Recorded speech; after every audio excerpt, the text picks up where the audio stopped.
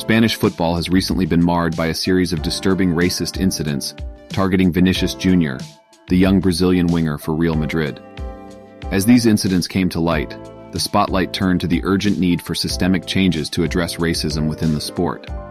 La Liga, the organizing body for professional football in Spain, has called for amendments to Spanish law that would empower them to take decisive steps towards curbing racism in stadiums.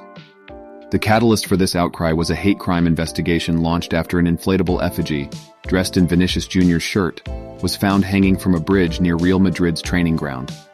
Accompanying this vile display was a banner in the colors of Atletico Madrid, Real Madrid's arch-rivals, bearing the provocative message "Madrid hates Real." In response to these incidents, 7 men were detained by the police, with 4 arrests made in Madrid and 3 in Valencia. The individuals apprehended in Madrid were identified as members of a radical fan group associated with a local club, already flagged as high risk due to their history of potential violence during matches. These developments unfolded just a day after Luis Rubiales, the president of the Spanish Football Federation, publicly acknowledged the existence of a racism problem in Spanish football.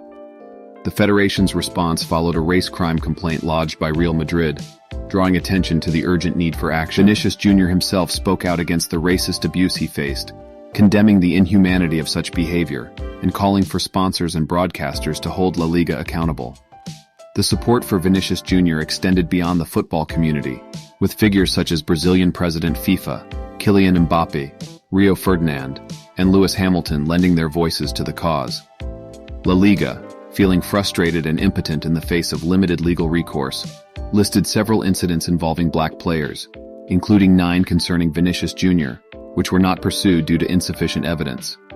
The organization demanded modifications to the law, emphasizing the lack of sanctions and convictions from sporting disciplinary bodies, public administrations, and courts. While the Spanish Football Federation possesses the authority to implement stadium closures and bans in response to racist insults, there have been no instances of this measure being enforced to date.